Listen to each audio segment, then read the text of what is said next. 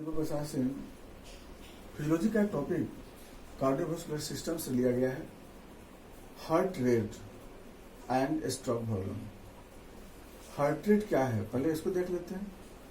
तो जैसा कि आपको मालूम होगा कि हार्ट एक मूविंग ऑर्गन है, कंटिन्यू मूविंग ऑर्गन है। जब जिस समय ये हार्ट डेवलप हुआ उस समय से लेकर और जब तक लाइफ है बॉडी का, तब तक यह ऐसा ऑर्गन है जो कभी स्टे नहीं करता है। तो ये जो इस हार्ट का जो मूवमेंट होता है, इस मूवमेंट को कराने के लिए ऐसे नोड, जिसको पेस मेकर सेल बोलते हैं, वोल्टेज मेकर सेल, जो इस हार्ट के मसल्स लेयर में मायोकार्डियल मसल्स को एक्टिवेट करके और कंटिन्यूस सिस्टोल और डायस्टोल करवाता है। तो कंटिन्यूस सिस्टोल एंड डायस्टोल ये होता किससे है? ऐसे नोड करवाती है। तो यहां से ऐसे नोड से एवरी 0.8 सेकेंड पर, एवरी 0.8 सेकेंड पर यहां से वेव बनता है। यानी कि हर 0.8 सेकेंड पर यह एट्रियम सिस्टोल होता होगा। यानी एवरी हर 0.8 सेकेंड पर यह वेंट्रिकल सिस्टोल होता होगा। यानी कि 0.8 सेकेंड में यह प्रोसेस होती रहती है। यानी कि हर 0.8 सेकेंड पर, हर 0.8 सेकेंड पर हार्ट अपना एक साइकिल पूरा कंप्लीट कर लेता है। तो एक साइकिल कंप्लीट होने में उसको 0.8 सेकेंड लगता है। यानी एट्रियम का सिस्टोल 0.1 सेकेंड में और एट्रियम का डायस्टोल 0.7 सेकेंड में ये हो जाता है। उसी तरह से वेंट्रिकल का जो सिस्टोल है 0.3 सेकेंड और वेंट्रिकल डायस्टोल है 0.5 सेकेंड। यानी कि 0.8 सेकेंड में वेंट्रिकल सिस्टोल और डायस्टोल हो जाता है। तो ये सिस्टोल और डायस्टोल जो हो रहा है वेंट्रिकल, इसका मेन कंट्रोलर कहाँ से आता है? पेस मेकर से आता है। तो पेस मेकर से अगर वोल्टेज अगर हर 0.8 सेकेंड में बनाएगा तो इसका सिस्टोल और डायस्टोल 0.8 सेकेंड में कंप्लीट होगी। अगर ये 0.9 सेकेंड में अगर कंप्लीट करता है, वोल्टेज डेवलप करता है, तो ये 0.9 सेकेंड में कंप्लीट होगी। अगर ये 0.5 सेकेंड में अगर ये ऐसे नोड से बनता है तो 0.5 सेकेंड में सिस्टोल डायस्टोल हो जाएगी। अगर ये 1.5 सेकेंड में अगर ये वोल्टेज तैयार करती है तो इसका सिस्टोल जो है 1.5 सेकेंड में पूरा होगी। यानी कि जो जितना ऐसे नोड जितना समय पे इम्पल्स बनाता है उतने समय में ये सिस्टोल और डायस्टोल हो जाता है। तो हार्ट का एक वाल्व, वेंट्रिकल का मेन यहाँ लेके चलते हैं हम लोग। तो वेंट्रिकल जो होता है, वेंट्रिकल क्योंकि मेन ज्यादा इवेंट वेंट्रिकल में होती है, तो उसमें एक सिस्टोल जो होता है, एक सिस्टोल और एक डायस्टोल दोनों मिला के बोलते हैं 1 बीट कहते हैं। याद रखिएगा, जब एक बार सिस्टोल और एक बार डायस्टोल होता है उसको हम लोग 1 बीट कहते हैं। बस इस तरह से क्या होता है, ये अपना कंटिन्यू, तो 1 बीट जो बनता है, तो 1 बीट बनने में कितना समय लगता है? टोटल टाइम कितना लगा 1 बीट बनने में? टोटल टाइम 0.8 सेकेंड लगता है।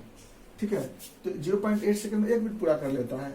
इसका मतलब कि अगर 1 मिनट को लेके चलेंगे हम लोग तो 1 मिनट में कितना बीट बनाएगा ये? तो 72 बीट पर मिनट बनाएगी। यानी कि 1 बीट में 0.8 सेकेंड लगता है। क्योंकि क्या बताए थे कि ऐसे नोड से एवरी 0.8 सेकेंड पर यहाँ से पल्स बनता है। यानी कि जब एवरेज 0.8 सेकेंड बनता है तो 0.8 सेकेंड में ही वह सिस्टोल और डायस्टोल हो जाता है। तो एक बार सिस्टोल एक बार डायस्टोल को क्या बोलते हैं? 1 बीट कहते हैं। तो यह बता आपके 1 मिनट को अगर लेके चलेंगे हम लोग, 1 मिनट में कितना हो जाएगी? 72 बीट पर मिनट। ये इसका हो गया आपका हार्ट रेट। तो हार्ट रेट किसको बोलते हैं? कि total beat develop from heart के द्वारा in 1 minute, known as heart rate कहते हैं इसको। तो अब हम by the way direct heart से अगर हार्ट रेट को जानना चाहते हैं अगर, तो हम स्टेथोस्कोप को लगा करके और तब हम लोग काउंट करते हैं।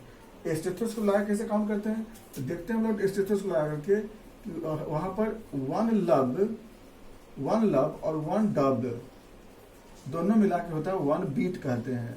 1 बीट। तो क्या करते हैं हम लोग कि नॉर्मल में 15 सेकेंड में जितना एक लब और एक डब डेवलप होता है उसको हम लोग मान लेते हैं x बोलते हैं। तो 15 सेकेंड में नंबर ऑफ बीट कितना हो गया? लब प्लस डब बराबर 1 बीट कितना हो जाएगा? x।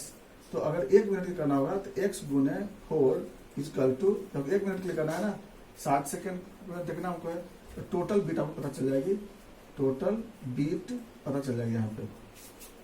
तो जनरली 15 सेकेंड में ही लोग करते हैं क्योंकि 1 मिनट के लिए नहीं हो पाती है डायवर्सन की वजह से, तो कुछ बात से, तो इसलिए अच्छा इसको आसानी से जांच करने के लिए क्या करते हैं, तो इतना मालूम है हमें कि जितना बार इस सिस्टोल करेगा ना उतना बार इसमें एक वेव बनेगा।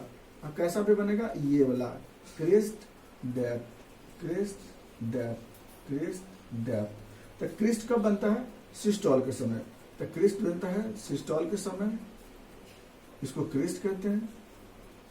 और डायस्टोल के समय क्या बनता है, डेप्थ बनता है, तो इसको बोलते हैं डायस्टोल। डायस्टोल के समय क्या बना, डायस्टोल के समय डेप्थ। तो वेंट्रल सिस्टोल हुआ 1 बीट, फिर सिस्टोल होगा 1 बीट, फिर सिस्टोल होगा 1 बीट, और डायस्टोल के समय डेप्थ। तो क्रिस्ट एंड डेप्थ। तो इसको हम लोग, ये जो वेव होती है इसी वेव को क्या कहते हैं, पल्स बोलते हैं। तो हार्ट जितना बार यहाँ से बीट करेगा उतना बार उतना यहाँ भी बीट बनेगा, इस जितना बार ये बीट बनेगा उतना बार यहाँ बीट बनेगा। तो इसको बोलते हैं पल्स कहते हैं, पल्स वेव होता है, जिसको हम क्या करते हैं आर्टरी पे एग्जामिनेशन करके काउंट करते हैं। तो अगर ये pulse rate equal to heart rate, यानी जितना हार्ट रेट होगा उतना क्या होगा, पल्स रेट होगा। तो बिना स्टेथोस्कोप का भी हम पल्स से काउंट करके और हार्ट रेट को पता लगा लेते हैं। हाँ, कुछ कंडीशन ऐसा भी होता है कि जिसमें हार्ट रेट और पल्स रेट में अबनॉर्मलिटी आ जाती है। जैसे सबसे पहला मान लीजिए पेशेंट ट्यूबरक्लोसिस से सफर होगा, तो ट्यूबरक्लोसिस के पेशेंट में हार्ट रेट कम मिलता है, पल्स रेट ज्यादा मिलता है। टाइफाइड फीवर में हार्ट रेट ज्यादा मिलता है और पल्स रेट घटा हुआ मिलता है। तो इस तरह से क्या होता है कि कई ऐसे डिजॉर्डर मिलेंगे आपको जिसमें कि हार्ट रेट और पल्स रेट में थोड़ा सा वेरिएशन होता है, लेकिन नॉर्मली क्या होगा, heart rate equal to pulse rate होगी।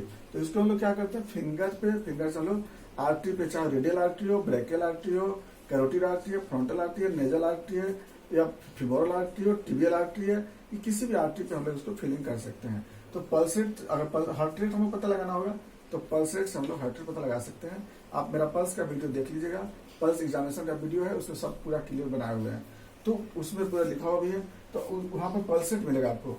तो पल्स रेट और हार्ट रेट दोनों क्या हो जाता है, इक्वल हो जाता है। अब एक चीज, दूसरा चीज आता है रिदम बोलते हैं।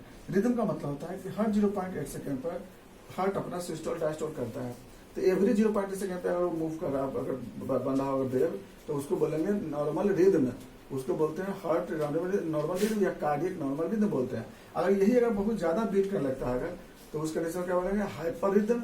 अगर कम बीट करेगा तो क्या बोलेंगे, हाइपर रिदम। और अगर कभी 2, कभी 1, कभी 0.5 सेकेंड, कभी 0.7 सेकेंड, कभी 0.9 सेकेंड ऐसा बीट मिलता है तो उसको क्या बोलते हैं, एरिदमिक हार्ट रेट, एरिदमिया या एरिदमिया हार्ट बोलते हैं।